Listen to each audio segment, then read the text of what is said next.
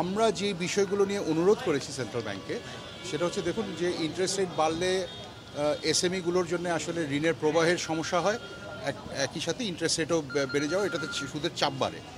তো এই পার্সপেক্টিভে আমরা যেটা বাংলাদেশ ব্যাংকে অনুরোধ করেছি যে যদি বাংলাদেশ ব্যাংকে যেমন এসএমই অর্থায়নের ক্ষেত্রে অনেকগুলো প্রজেক্ট আছে, যেমন ধরুন প্রি ফান্ডিং আছে, পোস্ট ফান্ডিং আছে, ক্রেডিট গ্যারান্টি স্কিম আছে, এই স্কিমগুলো যদি একটু বেগবান করা যায় তাহলে আসলে এটা এসএমইদের জন্য অর্থ সংস্থানের জন্য সুবিধা হবে।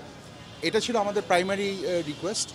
এটার বাইরেও বিভিন্ন জিনিস নিয়ে কথা হয়েছে, যেমন বৈদেশিক ট্রেড ক্রেডিট কীভাবে আরও সহজ করা যায়, বৈদেশিক ঋণের প্রসেস কীভাবে সহজ করা যায়, ব্যাঙ্কগুলোতে যে ঋণ প্রবাহের যে অন্যান্য যেই ব্যারিয়ারগুলো আছে সেগুলো কিভাবে কমানো যায়।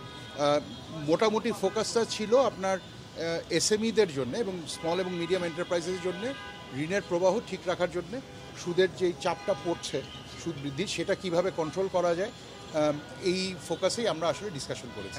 অর্ধেক পাউডারে দ্বিগুণ উজ্জ্বলতা, নতুন রিন অ্যাডভান্সড অর্ধেক পাউডারে দ্বিগুণ উজ্জ্বলতা। দেখুন, মূল্যস্ফীতি নিয়ন্ত্রণের নীতি সুদের হার বাড়ানোটা তো আসলে একটা এইজ ওল্ড ট্যাকটিক। মানে ম্যাক্রো ইকোনমিক্সের বইতে আসলে প্রথম কথাই বলা আছে যে সুদ নিয়ন্ত্রণ করতে হয়। এটা আমরাও মানি যে আপনি যদি মুদ্রাস্ফীতি নিয়ন্ত্রণ করতে চান, এটা হয়তো একটা সাময়িক সময়ের জন্য এটা করতে হতে পারে।